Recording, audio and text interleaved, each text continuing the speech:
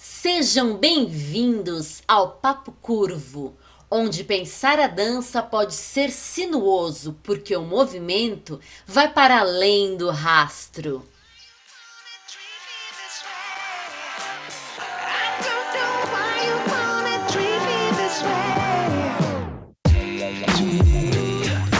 Papo Curvo, o papo mais fora da linha para os amantes de boas conversas dançantes. Olá, meu povo e minha pova dessa galáxia dançante!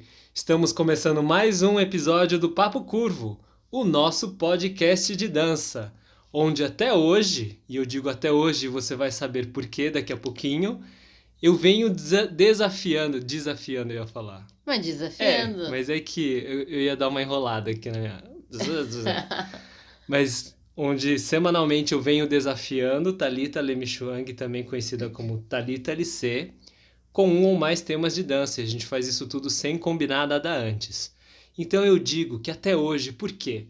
Porque a partir desta semana, o Papo Curvo vai ganhar um novo formato.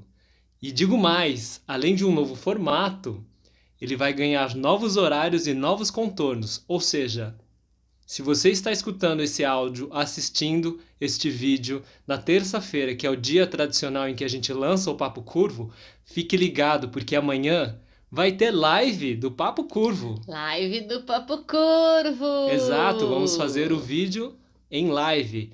E aí o detalhe é que é o seguinte, essa live não vai ficar disponível. Na semana seguinte a gente vai lançar o áudio ali no Anchor e ele vai distribuir para as outras plataformas de podcast, né? Principalmente pelo Spotify e as outras ali que de repente é o que você mais usa. Mas então, aproveite cada instante deste vídeo. Se você teve algum episódio lá atrás que você gosta, que você gostou, corre, assiste de novo, compartilha, porque em breve tudo isso também sairá de ar. Então fique ligado. Mas mais informações, mais detalhes eu dou no final, tá? Ele faz como se fosse um super terror, como se não fosse mais existir. Gente, é podcast, então tem áudio sim, os áudios ainda existirão. Sim, o áudio vai continuar ali. O fato é que o Papo Curvo agora é debutante. 15, episódio 15. Exato. Debutou.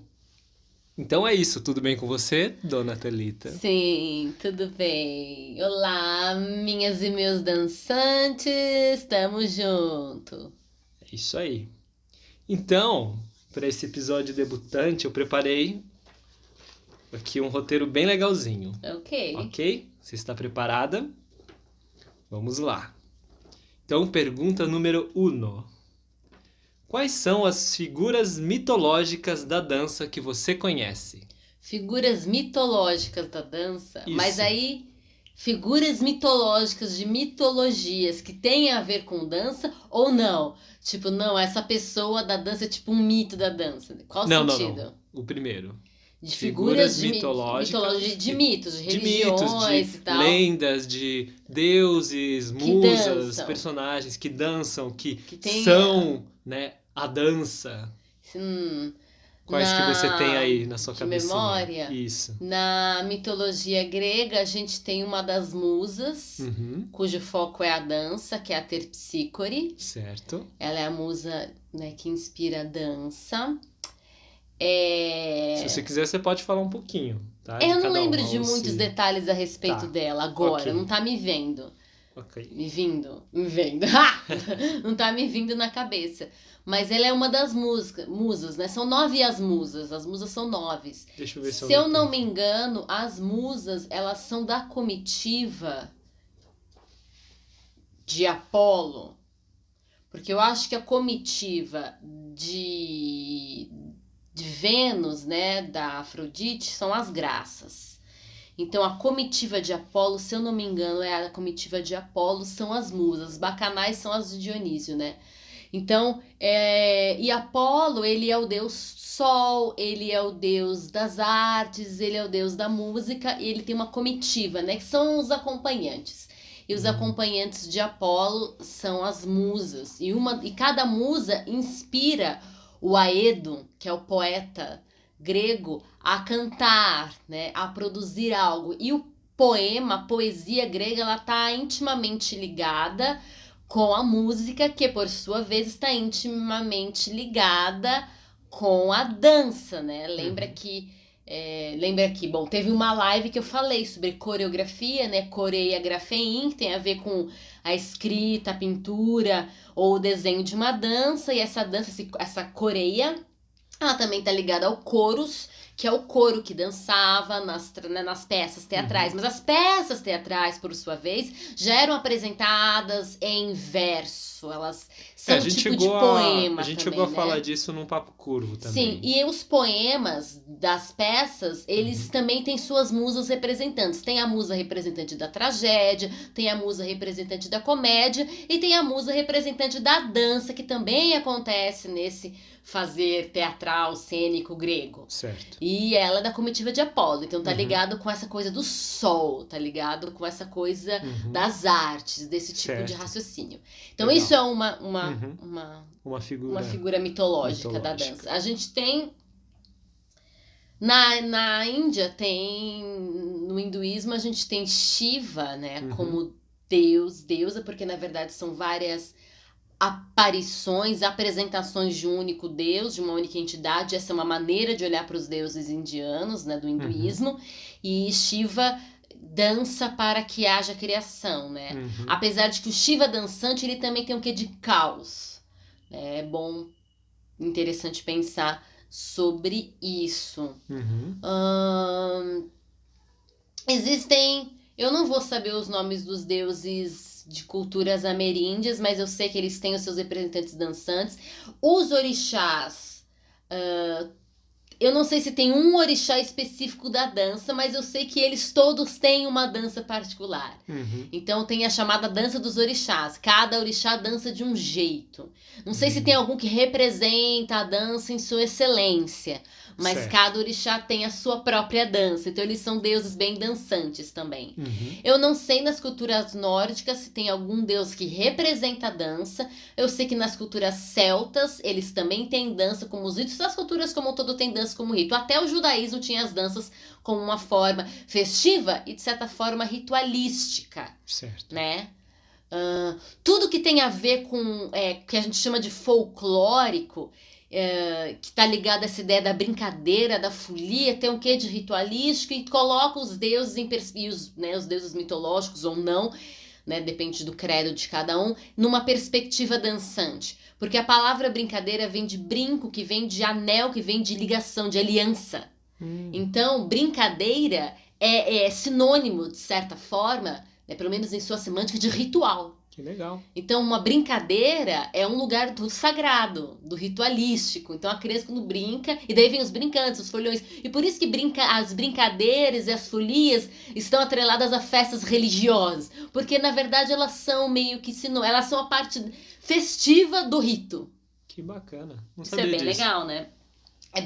São a parte festiva do rito.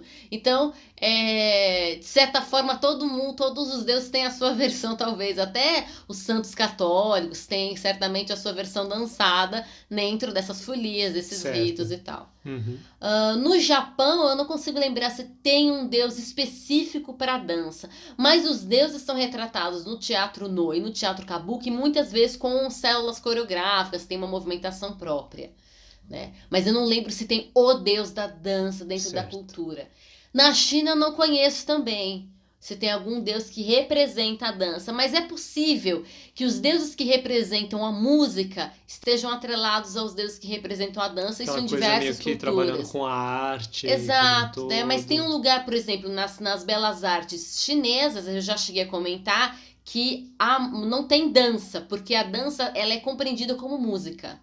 O movimento é concebido e compreendido como partitura musical, mesmo que ele não seja percussivo. O movimento é entendido dessa forma. Interessante. Então tá junto, né? Enquanto que em outras artes isso está separado, mas no Ocidente isso é separadinho. Que é até aquela ideia que a gente conversou sobre se existe a possibilidade de ter dança sem música. Exato. Né? E aí, né? talvez para eles, né, a ideia de dança só com música. Só com música. E nesse contexto. Exato. Né? E se não tem uma música acompanhando, aquele movimento é a música que está sendo composta. Nesse sentido. Então lembrei disso até agora. Bom. Por que eu perguntei? Por que eu falei disso? Porque eu sei E aí, por um acaso que não é de um acaso, eu resolvi destacar a Terpsícore, Sim. tá? Porque ela é realmente, ela já tem essa É bem clara, conotação, é é a bem musa da clara, é a dança. musa da dança. E aí um fun fact, né, uma curiosidade interessante aqui é que existe uma estátua de mármore feita pelo artista dinamarquês chamado, eu vou tentar pronunciar aqui, eu não sei como é que fala, mas é Jesper Nergaard, tá? Nirgard. Não sei como, é com Jasper 2 E's e com Nirgard. 2 Não sei A's. como, não sei a Exato. pronúncia Mas do enfim, dinamarquês. essa estátua fica em Joinville, né, onde acontece o Festival de Dança de Joinville. Muitos talvez já tenham participado, já tenham ido, já tenham visto alguma coisa, já viu, pessoalmente já tirou foto com a com a estátua. estátua, exato. Então, tá lá a estátua, né? E, além disso tudo, ela também foi parte do nome de um dos trabalhos que você montou com cordas humanas. Sim. O trabalho que se chamou... Átrio de Terpsícore. Ok, e aí fica aqui o meu pedido, a minha pergunta e, enfim, minha provocação para você falar um pouquinho mais sobre esse processo de criação, desenvolvimento, a montagem, a escolha desse nome, né? O porquê que você resolveu fazer esse trabalho com esse nome. Nossa, assim? É Você acha assim, que pode assim. ser assim a sua Assim, vida? é. Átrio de Terpsícore eu fiz em 2014. Uhum. Ele vem, na verdade, como um fechamento de um processo criativo que vinha desde 2012, 2013. Certo. Então eu desenvolvi coisas no ano de 2012, desenvolvi coisas no ano de 2013 e desenvolvi coisas no ano de 2014 que desembocaram. Essas coisas que eu desenvolvi com os alunos do projeto Cordas Humanas, do Cordas Humanas Espaço de Dança. O projeto Cordas Humanas, ele tinha 3 frentes. Ele tinha um espaço de dança, que era, na verdade, a parte do projeto que falava de ensino-aprendizagem, a parte pedagógica, artístico-pedagógica do projeto. A gente tinha uma parte ministerial, porque a gente usava o espaço, um espaço que se apresentou múltiplo, né, de multiuso, né, um espaço que se apresentou multiuso, de uma igreja local. E a gente, então, tinha essa parte e tinha a parte da companhia. Pro projeto, pro Átrio de Terpsícore, participou tanto os alunos do Espaço de Dança, do Cordas Humanas Espaço de Dança, quanto os membros da companhia, da Cordas Humanas CIA de Dança. E a CIA de dança era um trabalho só trabalho artístico? Era só trabalho artístico. Certo. Só pesquisa, né, artística. Mas aí juntei esses 2 elencos para o Átrio de Terpsícore. E como eu falei, ele vem de um processo que começa lá em 2012 e vai para frente. Começa lá em 2012 porque em 2012 eu apresento um musical, né, Uma Noiva para Isaac. Quando chega em 2013, eu não fiz nenhuma apresentação assim, tipo, uma história, contação, coisa do tipo. Eu apresentei processos ao longo do ano com os alunos. E esses processos, eles foram mastigados para o próximo ano, acrescentei elementos que vai desembocar no Átrio de Terpsícore. Átrio de Terpsícore, ele é uma obra que usa uma obra musical inteira. Então eu usei uma obra do Andrés Vollenweider, que em português é conhecida como Caverna Mágica. Eu coreografei o CD inteiro, coreografamos, porque também outros professores participaram dos processos, coreografando seus próprios alunos, né, e tal. Então a gente usou uma trilha inteira, isso mais momentos de silêncio, os momentos de silêncio principalmente pro sapateado, aí o sapateado foi acústico. Então a gente usou essa obra inteira, então ela tinha uma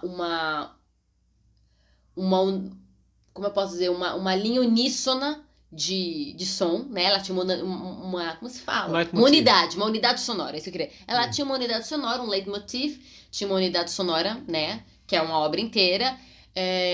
Ele tinha um figurino apenas, não importava o que ia dançar, porque os alunos, eles passavam por balé clássico, por sapateado, por jazz dance, por dança moderna e contemporânea, por trabalhos de improvisação. Naquela época, acho que eram esses que a gente estava trabalhando com eles. O videodance, acho que começou em 2015.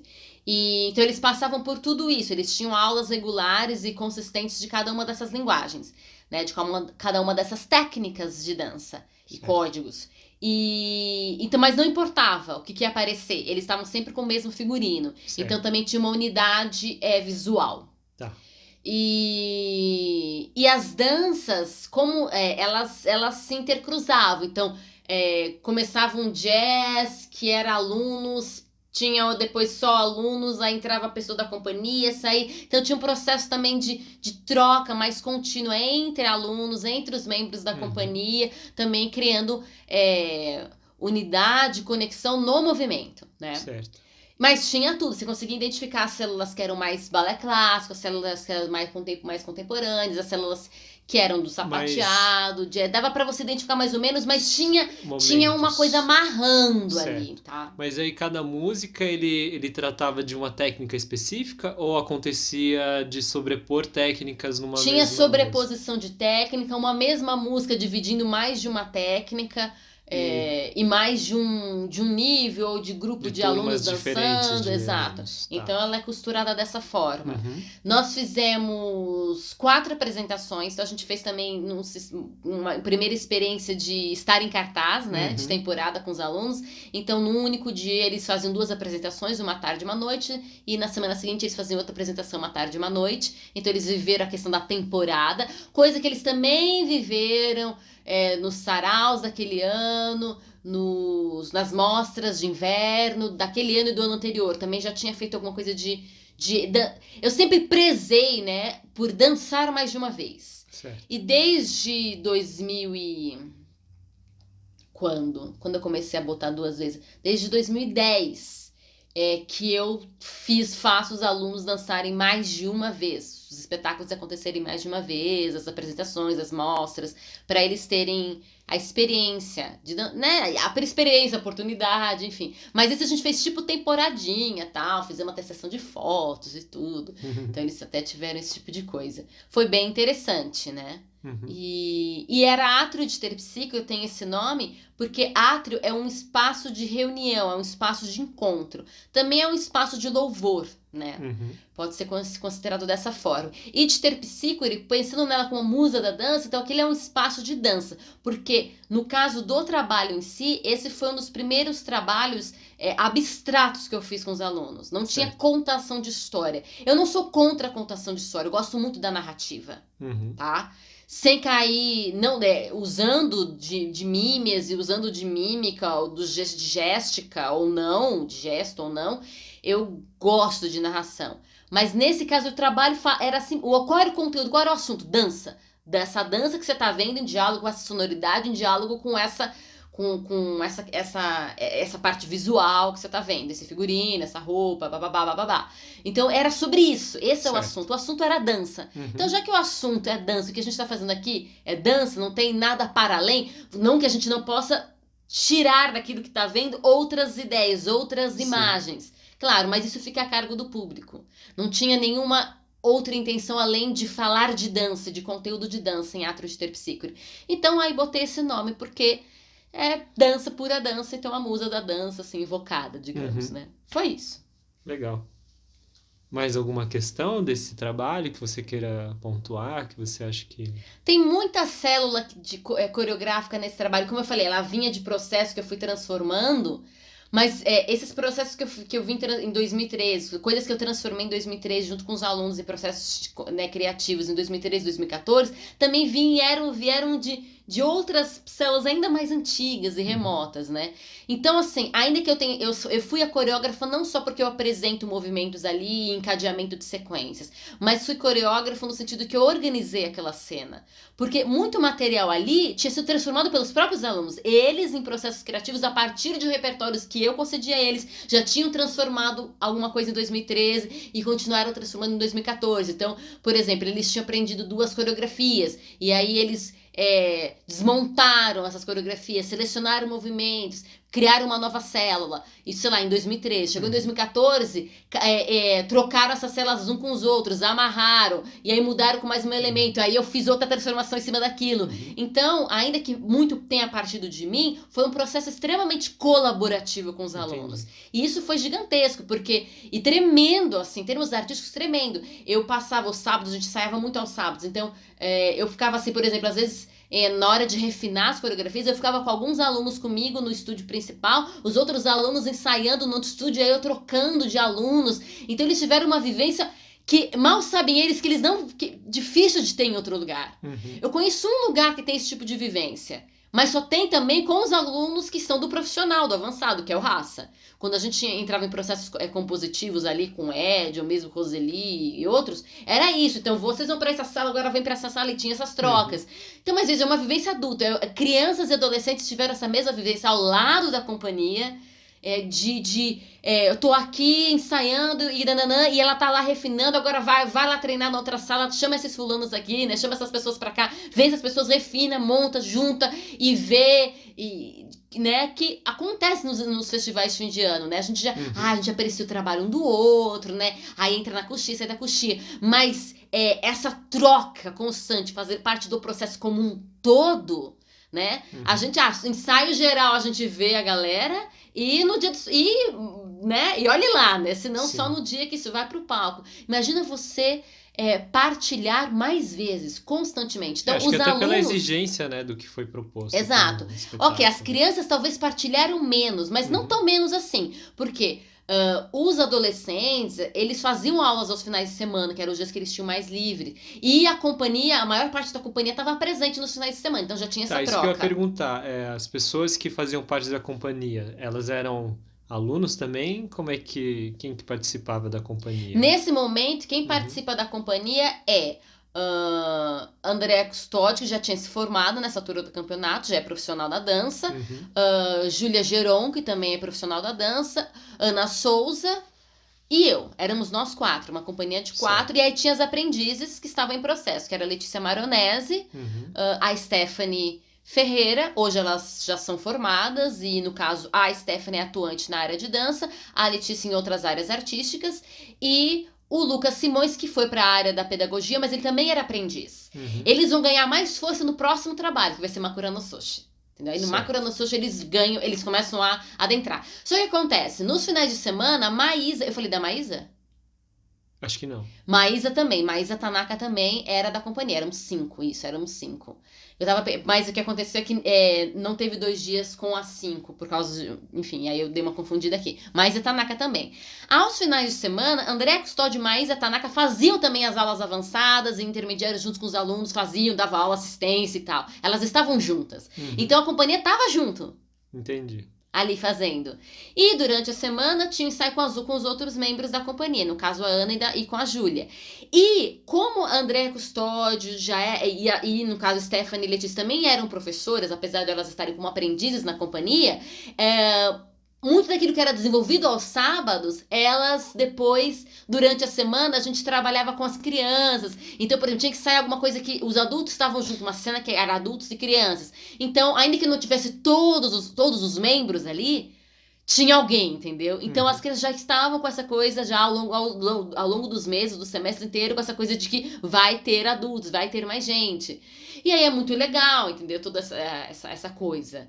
E agora, de final de semana, era junto. Então, elas realmente tiveram a experiência de um fazer que é bem típico de companhia. Isso ao longo de um semestre, mais de processos compositivos, colaborativos que vinham desde 2013, mas que também tem a ver com o que foi desenvolvido em 2012 até antes, né? Então, vinha todo de um processo. Então, essas são as características de Teatro de Terpsícore. Legal. Foi bem legal. Gosto muito do trabalho. Agora que você estava falando disso, me veio outra coisa na cabeça. Como é que foi a questão toda da montagem, do figurino, teve iluminação, o som? Como é que isso tudo foi organizado? A equipe eram vocês mesmas que resolviam tudo? Tinha alguém dando suporte? Eu queria... O que você queria que tivesse em termos sido de feito figurino, melhor, as mangas, elas poderiam ser bastante diferentes. Elas tinham foi baseado no modelo de uma blusa que era bem móvel. Eu queria que fosse uma coisa bem fluida, para trazer uma ideia de fluidez dessa dança, não só por causa dessa imagem, né, de uma musa inspiradora, mas também para dialogar com a sonoridade da Caverna Mágica, que era muito aquosa. Né? Então me trazia essa imagem da água, mas aí não para a água do azul, a água de caverna, a água que tem musgo, a água que tem verde. Então a tonalidade do figurino era verde, ele tinha um balanço aquoso, a base era preta, até porque o nosso chão, a gente usou o espaço do próprio Codas, ele era cinza, então fazia um contraste, então era a base de baixo era preta. E no espaço do Cordas, porque ele é um espaço multiuso, ele já tem cabine de som, ele já tem equipamento. Então a gente reutilizou tudo que estava lá, né? A gente inverte, então o público, o lugar onde normalmente é público, bancos naquela igreja, vira espaço cênico. O lugar onde normalmente é o chamado púlpito ganha os bancos para as pessoas sentarem e assistirem. E a porta de entrada põe-se cortina e vira coxia, que entra nos corredores, nos banheiros. Então eu inverto, né, subverto o espaço de culto de igreja e transformo ele em outra coisa. Aquilo que é pra gente sentar vai ser espaço de dançar. Aquilo que é onde ficam os pregadores vai ser onde a galera vai sentar em bancos. Então eu subverto, e já vinha com essa história de subverter aquele espaço já há um tempo, subverto radicalmente aquele espaço, porque em 2013 eu fiz em formato de roda, os bancos em roda, então subverto esse espaço e uso ele assim. Não teve nenhuma iluminação específica, a não ser a que a gente já tinha. Ele tem vitrais, um pequeno vitral ali nesse espaço, então dependendo da irradiação, na apresentação da tarde, faziam algumas cores diferentes, mas a gente não teve nem recursos para desenvolver para além essa questão da cenografia. Porque o projeto do Cordas Humanas era um projeto voluntário, né? Sim, ainda que tivesse algum tipo de mensalidade, principalmente a partir de 2013, para dar um subsídio, alguma ajuda de custo para os professores e também para algumas contas internas. Que eram os alunos que ganhavam bolsas, né? Exato, a maior parte dos alunos eram patrocinados por mantenedores, por anjos, por esse tipo de coisa. Quem vinha de fora e tinha condições pagava, mas a grande maioria não tinha. A grande maioria era sustentada, né? Ou por fazer parte da comunidade de outros trabalhos que a comunidade oferecia, pagava um valor bem reduzido. Coisa assim de... A gente, sei lá, R$100 por mês, mas teve vezes que foi bem menos. Chegou a ser 35, 15. A gente teve vários valores, né? Então, realmente... E gente que não pagou nada também, né? Que foi completamente mantido. Gente que trabalhou, que participou durante o tempo também sem mantido. Porque não tinha também quem mantesse, mas continuou no trabalho. E aí várias questões difíceis até... E algumas pessoas entenderam, outras não entenderam, porque não, eu preciso que você me ajude aqui financeiramente com alguma coisinha, porque afinal, né, temos que pagar a conta de água, temos que pagar a conta de luz, uma série de questões, né, porque a gente não era uma ONG nesse caráter, né, a gente fazia um trabalho que era beneficente, mesmo que tivesse uma ajuda, um subsídio, uma ajuda de custo, não chega a ser o salário. Não, ainda chega a ser o suficiente, né, para bancar todas as despesas. E para, sei lá, um sustento, não. Então, era um engajamento assim que a gente fazia com grande alegria, porque ali a gente aprendeu muita coisa. A gente desenvolveu muito o nosso craft. Certo. Aquilo ali, entendeu? Muitos fazeres, já, né, de fazer, de como faz as coisas. Sim. E a oportunidade, né? Talvez eu fico pensando, né? Que talvez os alunos que passaram por aí nem conseguem compreender e apreender, né? Como reter, ter noção mesmo de o quão fantástico foi o processo pelo qual eles passaram. Sim. E como tem escolas com mensalidades caras, essas pessoas, e a pessoa nunca passa por aquilo, a não ser que ela entre numa companhia. Com esse grau de processo de criação. Sim. De reconstruir. Eu participei recentemente recentemente, antes da quarentena, bem antes do ano passado, do projeto do Anacam Pro. E essa questão de reformular células e tudo mais, para alguns ali era novidade. A gente tá falando de pessoas que trabalham até com dança, mas eles estão acostumados em células coreográficas fechadas. Sim. Ficar remexendo, remodelando partituras para cima e para baixo. Isso é coisa de quem vai montar uma coisa profissional. Não, eu faço isso com os meus alunos desde que eles têm 10 anos, 12 anos, entendeu? Até porque o aluno pequeno sabe o nome dos ossos do pé. Entendeu? Então, é uma outra forma de fazer. A gente desembocava em trabalhos coreográficos, em Nail It, né? O Arrasane, o Lacro. Também chegávamos nesses trabalhos. Tanto que, depois de Makura no Socho, com os alunos, a gente faz o quê? A gente faz tributo ao Michael Jackson. Que é nesse lugar muito coreográfico. Mas o processo foi exatamente o mesmo. Processo colaborativo, de criação, refinamento de células, troca, bababá. Os processos foram ali. Sim. Só que no final, lacrane, entendeu? Só que o processo. Então, os como são interessantes, e isso é o que interessa pra mim ainda hoje. Bem legal. Muito bom, muito bom. Eu acho que deu pra abarcar bastante coisa Se eu deixei passar alguma coisa que vocês tenham ficado curiosos, manda aí mensagem perguntando pra gente, pra Pode Thalita, perguntar. que aí ela responde com a maior alegria. Ok? Tudo Beleza. bem? Então vamos seguir agora. Agora a gente vai entrar numa outra zona, ok? Se você fosse montar, agora pensando, porque a gente falou principalmente da Terpsícore, que é dessa mitologia grega. Se você fosse montar um Espetáculo. espetáculo, né? Com os deuses do Olimpo, quem assume qual papel? Assim, podendo incluir semideuses e tudo, mas vamos pensar principalmente nos 12, né? As 12 grandes figuras, que é, né? Zeus, a Hera, Poseidon, Atena, Ares, Deméter, Apolo, Ártemis, Afrodite, Hefesto, Hermes e Dionísio. Tá. Ok? Se você quiser, a gente vai seguindo aqui na lista. Quem assume qual papel em que sentido? No sentido assim, quem é que faz parte, pode ser tanto do corpo, de baile, quem que vai ser o solista, quem que é o primeiro bailarino, quem que faz parte da iluminação, quem que trabalha com a cenografia, tá. quem é que é o coreógrafo, quem é que trabalha no som, quem que é a tesouraria, quem que faz o marketing, enfim, tudo que puder, que você quiser, que você olha pra figura e você fala, meu, isso aqui... É que é engraçado, Teria que porque ser. tudo esses deuses tudo aí é síndrome de solista, né? Sim, Eles têm síndrome de todos, estrela, todos. mas a gente vai ter que, Que é né? o que a gente vê nos filmes, né? Os embates, as Exato, é tudo picuinhas. síndrome de É mais estrela. humano do que divino, né? Exato, mas a gente vai ter que botar as coisas nos seus devidos lugares. Sim. Como é que Então, você aproveitaria, seja personalidade, seja qualidade, habilidade específica? Como é que você... eu poderia colocar agora, vamos lá, então vamos Uhum. alucinar isso aqui. Claro. Eu poderia colocar os dois irmãos, né, como os dançantes, né? Os dois irmãos. Quem são os dois irmãos, Thalita? Eu tô falando de Ártemis e de Apolo, né? A Ártemis certamente vai dançar, ok? Não é só porque eu tipo, tenho uma predileção pela Diana, é a minha deusa favorita do Olimpo, tá? Mas ela tem uma ligação com a lua, sabe? Ela tem ninfas como, pra quem como não a comitiva dela e... Uma pequena curiosidade sobre ela, né? Ela é conhecida como a deusa da caça, dos animais, da vida selvagem, da virgindade e da lua. Exato, Você então falou da lua. certamente eu ia colocar ela em dança, assim, Uhum. e de repente as ninfas podem entrar de corpo de baile, apesar de elas não serem do Olimpo, mas ela tem a comitiva das ninfas, e, Sim, né? mas é aquilo que eu te falei, né? Vamos pensar principalmente nas 12 figuras, Sim, mas sim, tudo, sim. né? Tudo, Mas todos os certamente outros eu podem colocaria Diana pra dançar, até tem repertório. Apolo também tem a variação de Apolo. Ele também tem um lugar, acho que, de mexer, do físico.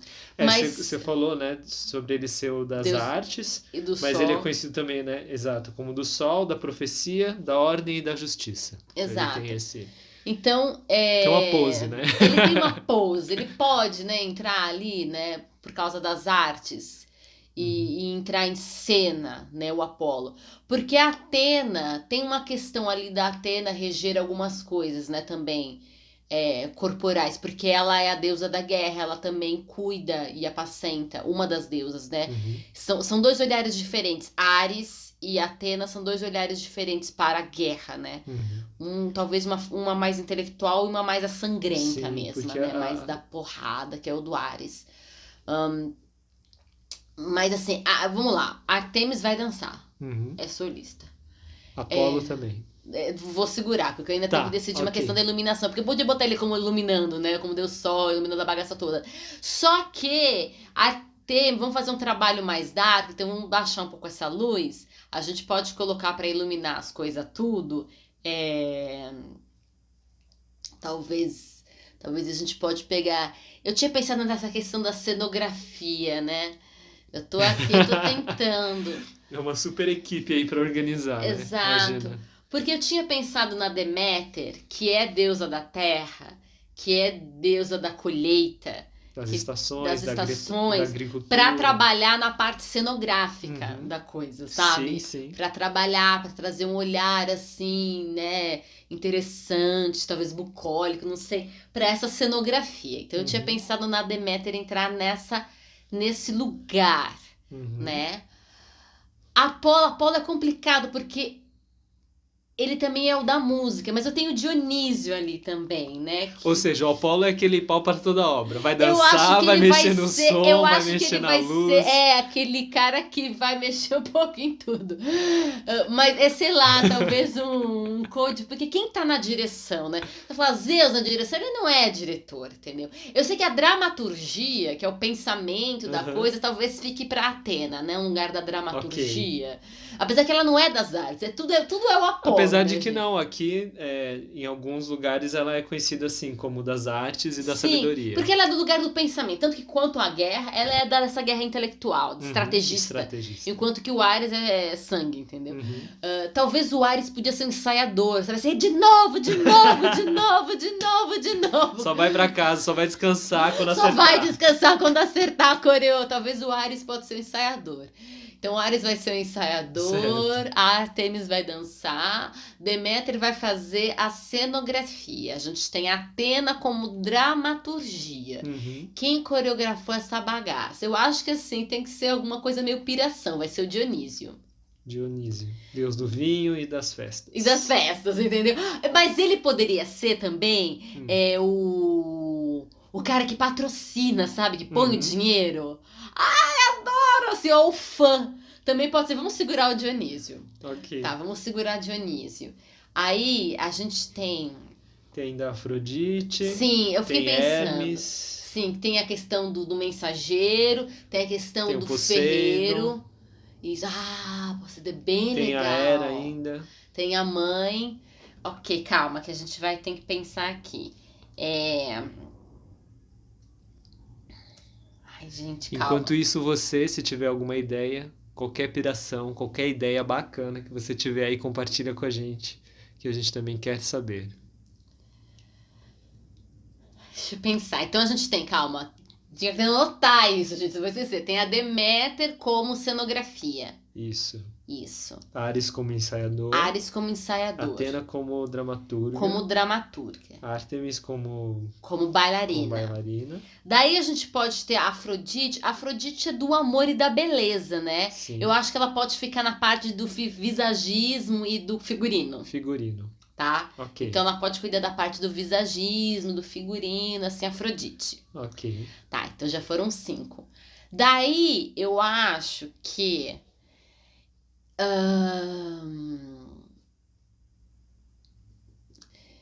Tem o Hefesto também. Sim, o Hefesto o ferreiro, né? É, do Ele é o fogo e dos ferreiro. metais. Então, no caso do Hefesto dos ferreiros, porque eu tinha pensado no Hefesto, porque a Deméter vai trabalhar com cenografia, né? Certo. Mas eu tinha pensado que a Deméter pode ser cenografia conceitual Uhum. e o Hefesto, tipo, é os caras que montam O os marceneiro, palcos. né? É, o cara que vai montar o palco, entendeu? O cara que vai baixar o negócio, vir o negócio, né? Então quem vai montar o palco é o Hefesto, tá? Certo. Porque ele é o lugar da... Nossa, eu tô bem, eu tô Ele é o lembrando bem, técnico, né? Ele é o sim. técnico. Isso, ele é técnico de palco. Técnico de palco.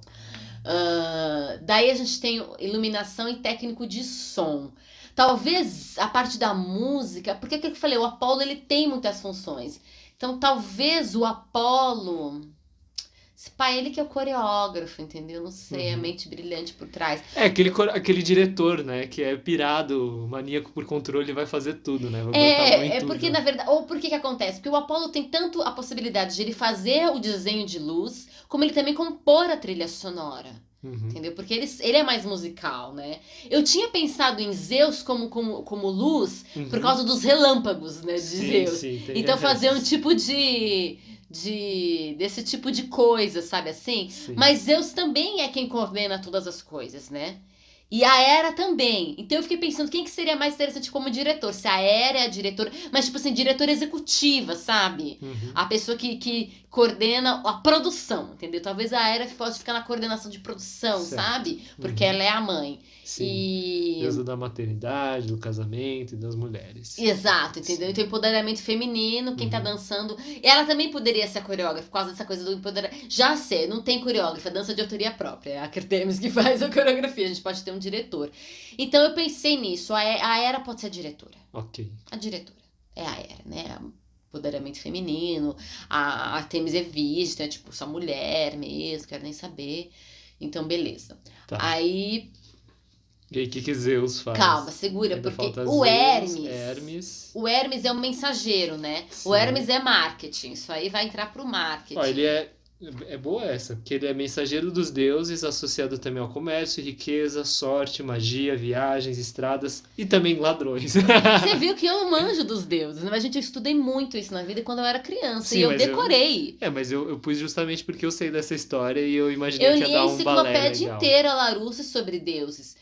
E olha como eu decorei, porque quando eu falei, quando você falou os deuses, eu já tinha meio que sacado. Por um Hermes, eu sabia que eu ia botar ele no marketing. Entendi. Porque ele é mensageiro, ele é negócios. É o cara do corre, dos É corre. o carro dos corres, é o marketing. E por isso que talvez Dionísio pode ser, como é o cara da festa, ele pode ser aqueles anfitriões que dão um glamour, sabe? Tipo um Sim. Sergei Diaghilev. Sim. Dá os palpites dele. Ai, tá lindo, faz assim, faz assado. Mas quem tá criando é o Nijinsky, sabe isso? Sim, então sim. eu acho que o Dionísio pode ser esse Sergei Diaghilev, que é uma figura importante, que é a figura Sim. da festa, do glamour. É o cara que vai pagar a festa. É o cara que vai pagar a festa, então é o cara com quem Hermes mais conversa, que é o marqueteiro. Então é o Dionísio. Daí, só faltou o quê? Zeus e Apolo. Apolo tá em pau para toda a obra, por enquanto. Tem Poseidon também. Ah, tem Poseidon. Poseidon, Zeus e Apolo. Vamos lá. Ai, gente, só a briga dos gigantes. Não acredito que eu fiz isso. Porque quem tá dirigindo a peça é a Hera. Certo. Então ela que tá dirigindo, a autoria, o movimento é próprio. Então ela é a diretora, ela é a coreógrafa também, né? Porque é como organizadora do Sim. movimento. A criação é de autoria da Artemis. A Deméter está trazendo a cenografia conceitual, Sim. a Afrodite tá o figurino e o visagismo. Sim, Hefesto tá fazendo a coisa Ele é acontecer no palco. técnico. A gente tem Ares como ensaiador. Atena como dramaturga. Como a dramaturga da coisa. E aí a gente tem que agora decidir Zeus, Poseidon e Apolo. E o que eu preciso resolver aqui é iluminação, música, né?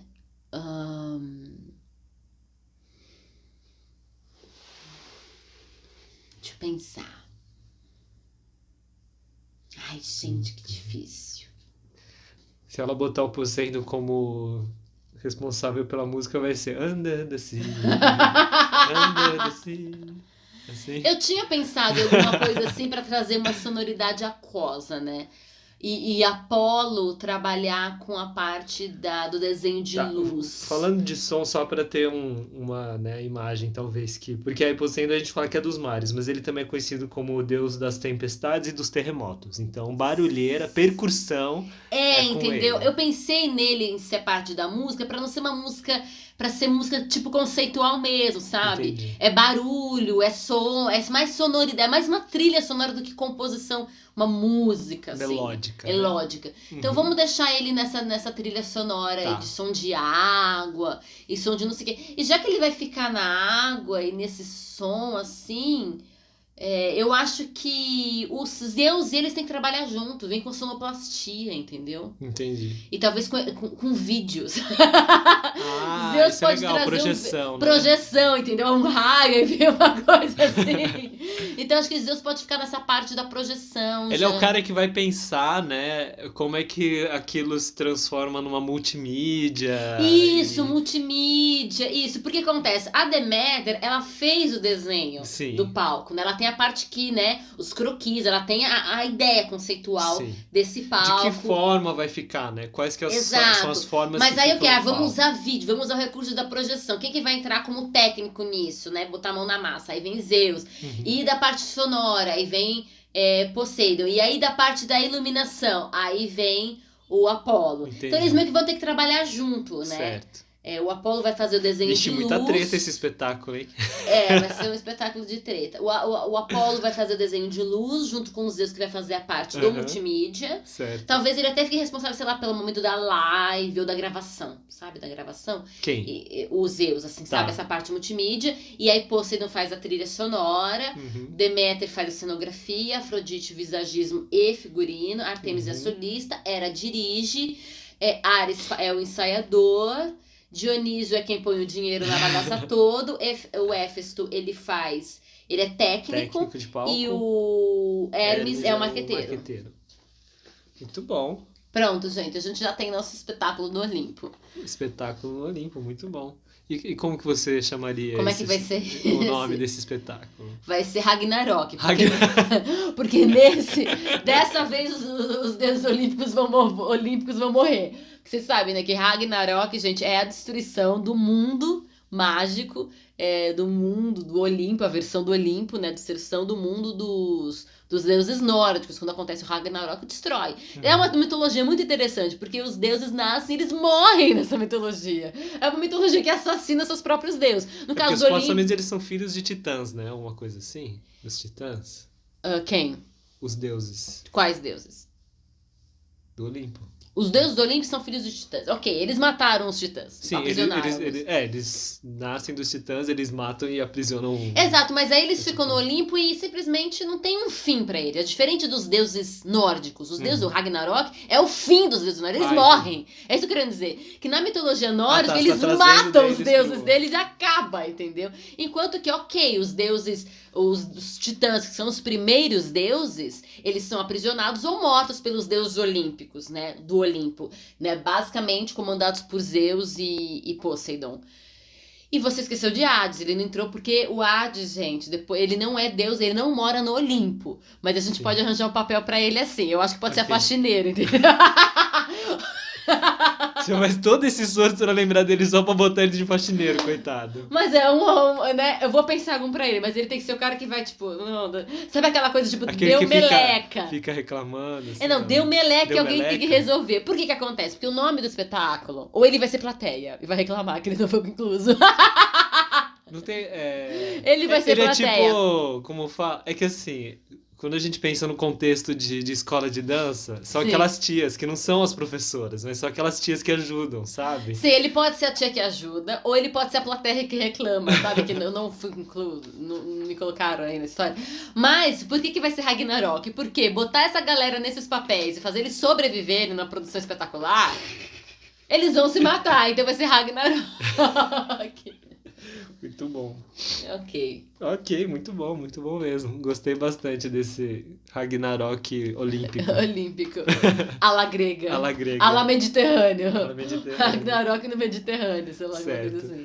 Ok, pra fechar então, já que a gente tá viajando sobre essas questões todas, se você pudesse montar uma equipe All-Star All Star. só com deuses, e aí pode ser de qualquer cultura, né? Egípcios, maias, incas, astecas, né?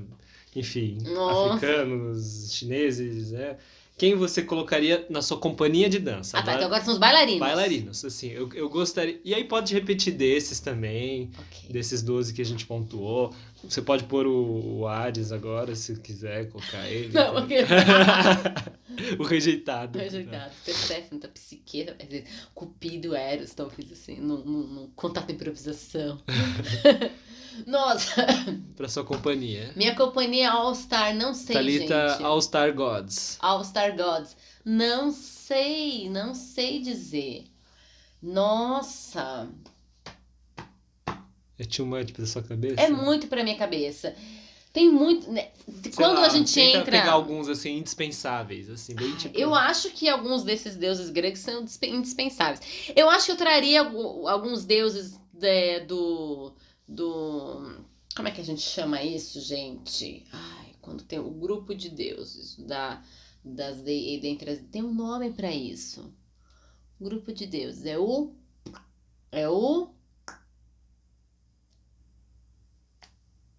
Panteão. Do panteão africano, eu acho que eu traria alguns daqueles deuses, né? Todos eles são legais, são muitos. Ao total, normalmente tem uns 10 que são os mais famosos, 10, 12, né? Yansan, Osíris, Iemanjá, Oxum, Olum, tem esses mais famosões. Mas são muitos, assim, vai mais de Sim. 40, é um monte. Talvez eu traria alguns desses pra ter essa corporeidade, tá? Ok. Traria alguns deles. Uhum. Eu não sei quais, mas traria.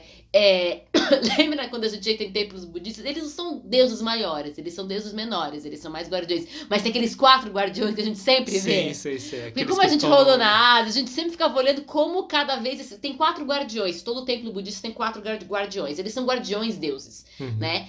E sempre tem, e cada templo, e de cada época, tem uma estética para apresentar esses guardiões. A gente ficava reparando nesses guardiões. Henry sabe imitar a estética de um deles. É mais ou menos isso. Não, tem que ser mais bravo. Isso, deixa subir a sobrancelha. Não, assim, aqui, assim. Isso, assim. Então sempre tem uns 4, tem 4. São sempre 4. Pra quem tá só no áudio vai ter que ver no vídeo. Vai ter que ver no vídeo. Aí eles normalmente carregam, cada um carrega uma coisa. E é sempre assim, tem sempre um que é mais bravo, um que é mais... Então, e aí qualquer coisa, a gente andava pela Ásia, a gente tentava identificar qual que era qual. Porque aquilo que eu falei, cada templo tinha a sua estética, retrata de uma época. Em Taiwan tinha mais um jeitinho, depende de que época em Taiwan que foi feito aquele templo, a mesma coisa na China, mesma coisa no Japão, na Coreia do Sul. Mas aí a gente então, qual que era daqueles 4? Então a gente tinha mais ou menos uma ideia de qual era os 4. Aquele era aquele assim, aquele era aquele assado. Enfim, então eu acho que eu botava esses 4 deuses, porque eu acho que dá pra fazer uma cena bem legal com eles. Sim. Assim. Então teria os 4. Tem que ter, porque em várias culturas tem o deus macaco, né? A gente tem, principalmente no Japão, tem essa coisa do deus macaco, tem que entrar em cena, porque também lembra o Rei Leão, né? Então o macaco, aquele macaco tem que é o acrobata, né? Que é um acrobata, uma coisa maluca, é o virtuoso. Assim. Então, né, pode ter essa dança forte, meio assim. Vamos botar o Maui também, põe o Maui junto com os 4 budistas lá. Acho que pode rolar um negócio bem legal. Assim. Exato, talvez entrar com Shiva, Vishnu. Não, aquele, nunca lembro o nome do que é uma das versões, né, que é o do elefante, do indiano, talvez eu traga, com alguns do panteão africano, né? Do candomblé e tal. Aí trazer a Ártemis, certamente, talvez Afrodite numa cena, talvez Psique e Eros, né, num super balé assim, pegolento. Um contato de improvisação pegolento. Acho que eles têm que participar. E assim, daqui também tem vários, né? Alguns deuses incas, talvez Tupã, deus do trovão, ameríndio. Seria bem legal botar um deus assim, botar os deuses do trovão em cena. Colocar, né, Thor junto com Zeus, com pegar alguns assim, fazer umas cenas assim, fazer um balé só com as deusas, sabe? Só com esse lugar do erotismo, das deusas que tem um erótico. Isso eu acho que eu juntaria minha companhia de acordo com alguns desejos. Tá, assim, seria com as minhas tipo aquelas próprias companhias... Não é itinerante que fala, aquelas que vão... Que não tem que é quase que flutuante, fixo, né? Não tem elenco fixo. Para cada projeto a gente elege e faria uma coisa assim. Faz um edital, né? Sim, mas a gente tem que ter a versão de Jesus, assim. Jesus tinha que ter um solo, né? Acho que ele podia dançar. Porque eu penso, C.S. Lewis colocou Aslan, que é basicamente a representação de Cristo, pela própria perspectiva do Lewis. Tem gente que não gosta, nunca vou esquecer. Uma vez a gente tava, eu, Alessandra Batista, não vou citar o nome da pessoa, tá? Nem vai ouvir isso aqui, nem sei onde está essa pessoa. Não, era uma pessoa, colega de estudos de japonês, mas nem era da nossa turma. Certo. E a Alessandra tava comentando que ela tinha lido não sei o que tal, e foi bem num boom das Crônicas de Nárnia, né? Antiga eu, né, gente?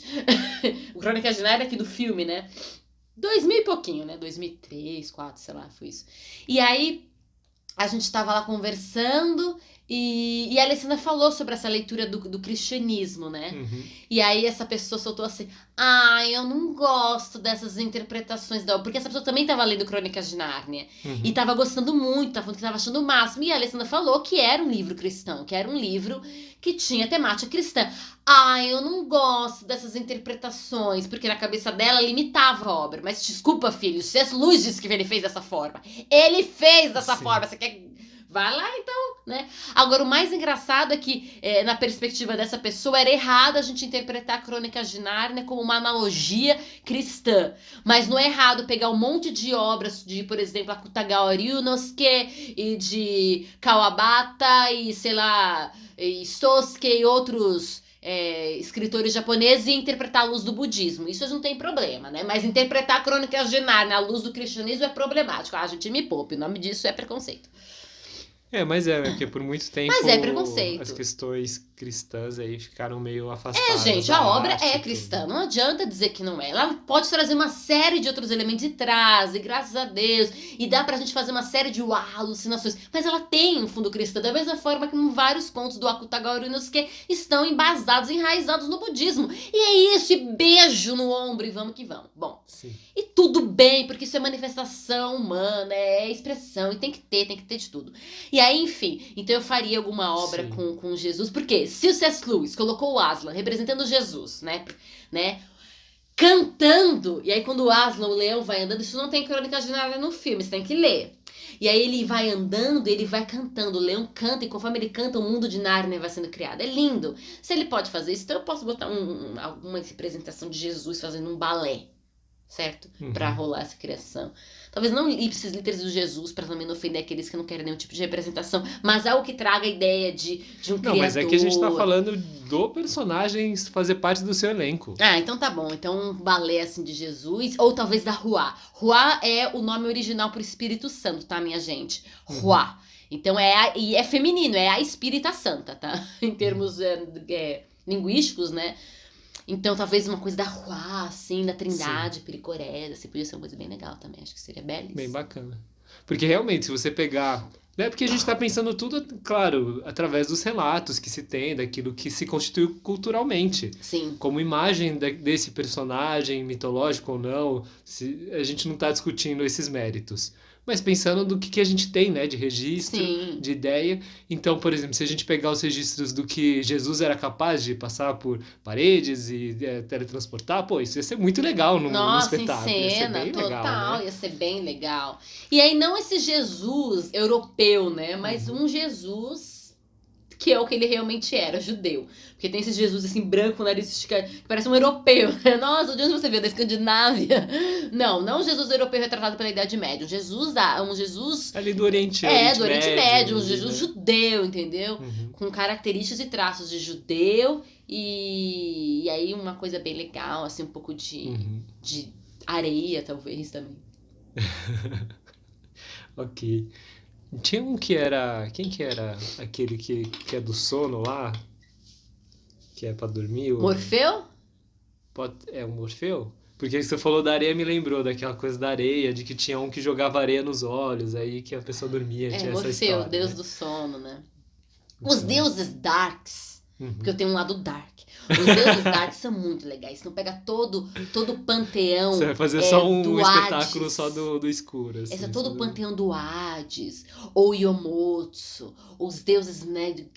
Então, Perséfone, Hades, Morfeu. Aí pegaria os demônios ali, né? Os demônios japoneses, né? Então, Asians, os yokais, todos esses... tem uma outra palavra para demônio. O baki, né? Japonês, toda essa parte mais... Assim, né? Aí o caperoto. E aí dá pra fazer um negócio bem legal. Vampiros, assim, sim. né? Pra quem acha que isso é delírio, é só olhar assim, a cena do Scar, né? No Rei Leão. Be Prepared.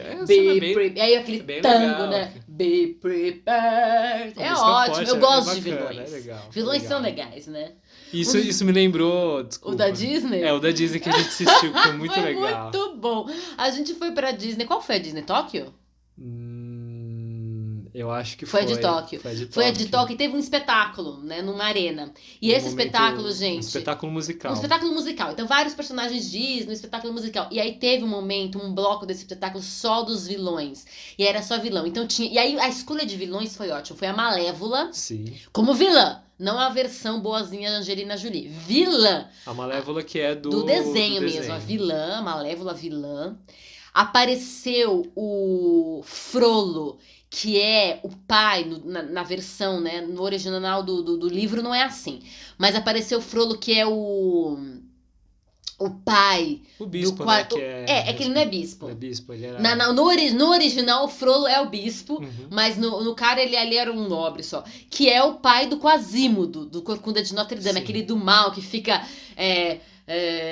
Que fica encantado pela esmeralda e se sente possuído pelo fogo do demônio, aquela coisa toda. Parece ele, gente. Essa é uma das melhores cenas. Aquele bando de monge e aquelas chamas e aquele balé fantástico. Aparece quem mais? Ai, tinha mais um. Tava aqui na ponta da Tinha linha. mais um vilão, mas esses dois eu dava Era a bruxa da Branca de Neve. A Bruxa da Branca de Neve e da Pequena Sereia também? A Úrsula não entra no palco? Não, a Úrsula não. Foi a Bruxa da... Tem certeza? Quase. Eu tenho uma imagem da Úrsula, mas pode ser errada.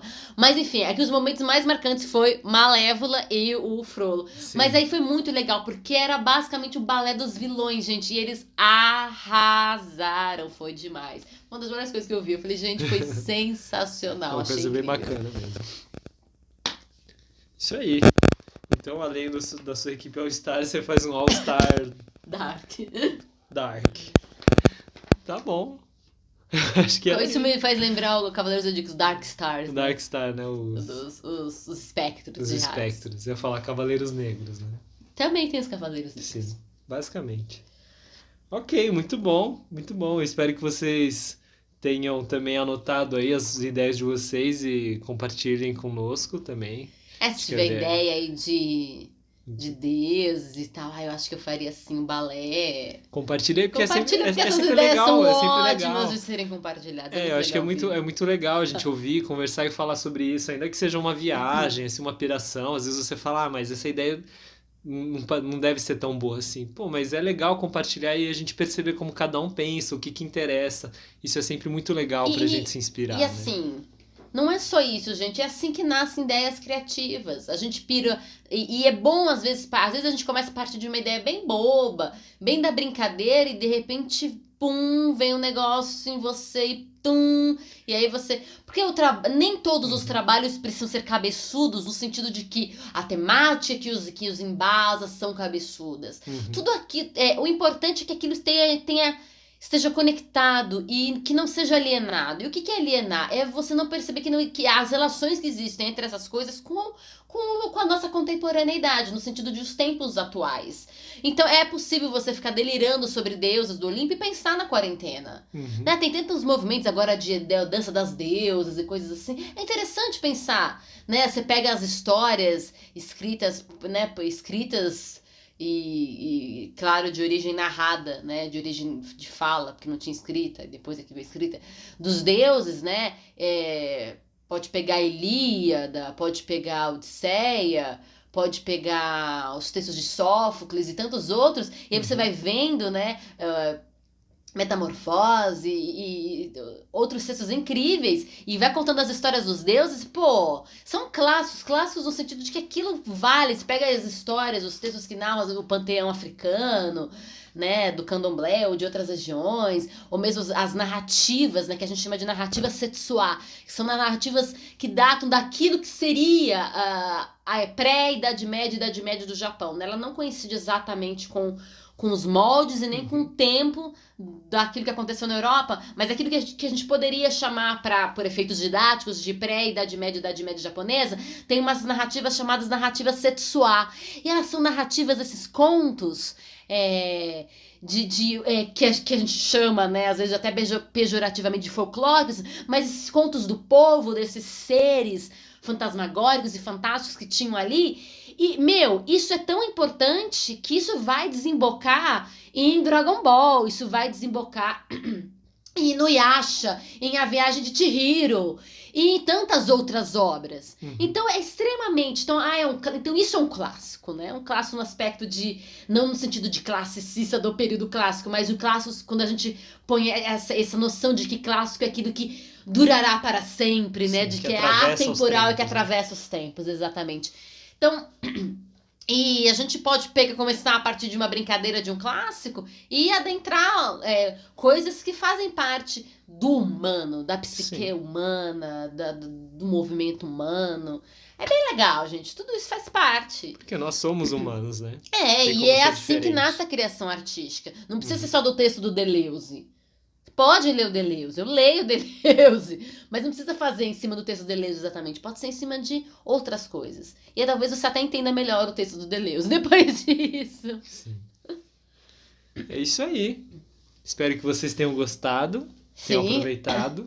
Rolou aqui, tá, tudo uma tosse, gente, porque eu tô falando desde de manhã, porque hoje a gente tá gravando num dia diferente, né? A gente tá gravando Sim. num dia que rolou live, então eu já dancei, já falei mais, e falei mais, e falei mais. Toma uma água aí enquanto eu Mais dou o seu água, caso. mais água. Isso aí. Então, mais uma vez, queremos agradecer a sua presença, de você estar aí, nos escutando, nos vendo. E aí, em vez de fazer o convite tradicional, né, para seguir a Thalita nas redes sociais todas, eu vou aproveitar para dar o comunicado. Como eu disse mais cedo, né, o Papo Curvo ele vai passar a ser uma live também. O vídeo vai ser transmitido ao vivo enquanto a gente faz isso aqui. E aí depois o áudio vai ser disponibilizado no podcast. Só que não vai acontecer, né, na página, no perfil, no canal do Thalita LC. A gente está iniciando agora, reiniciando, na verdade, reformando uns projetos antigos e reorganizando algumas coisas. E a gente vai passar tudo para uma conta que vai se chamar TAH Concept. T-A-H Concept, que é o conceito em inglês, né? C-O-N-C-E... Concept com P mudo. PT, isso. P e T mudo. É isso, Concept. Concept. E aí você vai encontrar aí, a gente vai colocar os avisos, a gente vai postar, a gente vai colocar o link aí embaixo, a gente ainda está reorganizando nessas redes para poder disponibilizar. Eu acho que na semana que vem, quer dizer, na semana que vem eu digo porque é quando a gente lança esse episódio. Quando Esse você estiver episódio vai ser escutando... lançado na terça, provavelmente você vai ouvir isso na terça, se você ouve no dia que lança. Sim. No dia seguinte, tem live de Papo Curvo. Exatamente. Papo Curvo não. Live que vai Isso. acontecer não no Thalita LC, vai acontecer no TAH Concept. Todas essas informações já estarão disponíveis no momento que você ouvir esse áudio. Exato. Uau. Mas aí só para reforçar, se você está acessando essa informação agora, às 11 horas da manhã, tá? Da quarta-feira. Da quarta-feira, toda quarta-feira, 11 horas da manhã, Papo Curvo, agora é live. Agora é live. Nos canais do TAH Concept. Nos canais do TAH Concept. É isso, minha gente. Vai ser bem gostoso. Vocês verem a gente fazendo na hora, ao vivo ali, a conversa. E depois podendo ouvir de novo, E né? compartilhar Nos quem podcasts quiser, e tudo. compartilhar. Mas vai ser um momento bem gostoso. E... né, debutou tem 15 episódios o Papo Curvo e foi uma delícia, um aprendizado, foi maravilhoso até agora, então eu agradeço os seus ouvidos e os seus olhinhos por esse momento e a gente vai evoluir, isso não é uma evolução, a gente tá indo e vai ser o máximo, vai ser demais. Exato, porque neste formato atual, ele demanda bastante trabalho nosso e a gente está querendo engajar em novos trabalhos também, então a gente optou por fazer essa mudança. Acabou de falar que é folgado, não quer trabalhar.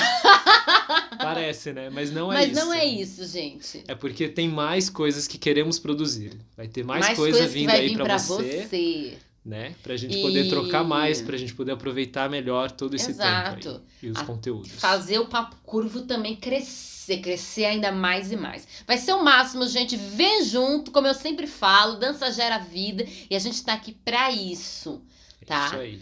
Então a gente vai agora trazer novos contornos pra esse trabalho todo. O Thalita LC vai migrar pro TAH Concept. Então, todos os trabalhos, se você acompanha, né, os outros textos, as publicações, os outros vídeos, o quintal coreográfico, tudo isso vai acontecer no TAH Concept. Exato, ok? até agora foi um grande aprendizado, mas essa mudança é importante para que eu possa crescer, para que a gente possa crescer, para que a gente possa fazer coisas ainda melhores para você que tá ouvindo, que tá assistindo. A gente tem que crescer, né? Isso aí. Os moldes que estão agora não vão segurar essa potência que tá nascendo. Então, vem com a gente que vai ser boa. Coisa boa tá vindo por aí, já tô Isso aí. avisando. E eu já vou deixar aqui, ó, um convite, porque vai ter uma surpresa especial. Olha só, e você nem tem que esperar muito, né? É de hoje para amanhã só. Se você vier na live amanhã, eu te garanto, você vai ter uma surpresa muito legal. Porque se você tem acompanhado os Papos Curvos, você vai ver que eu sempre estive de boné. Então amanhã no Papo Curvo Live eu não estarei de boné. Você já viu? Se você está acompanhando, já viu que eu cortei o cabelo. Aham. Então, A ó, pessoa vai. entrega tudo, gente. É um narcisista. Posso? Um momento. Um pouquinho? Você falou aqui durante 1 hora, eu tô aqui há 5 minutos só falando. Mas pra você Gente, que tá curioso e quer ver o meu cabelo. Ou mesmo que não quer ver, mas é só pra eu fazer o marketing aqui, tá bom, gente? quando esse Venha homem e veja. começar a falar, gente, vocês vão ver, é muito tagarela. Vocês não têm noção. Mas eu quero agradecer. Agradecer por hoje e agradecer por tudo até aqui. E É isso vamos, aí. ó, prosseguir. Tem mais coisa vindo, vai ser bem Mais legal. coisa. É isso Bem aí. legal. Um grande abraço e até semana que vem, pra quem vai ficar só no áudio. E até amanhã pra quem vem na live. Ó, chama os amiguinhos. Até amanhã, live 11 horas, Papo Corvo! Yes. Beijos. Esse foi o Papo Curvo, seu podcast fora da linha e certamente para além do rastro.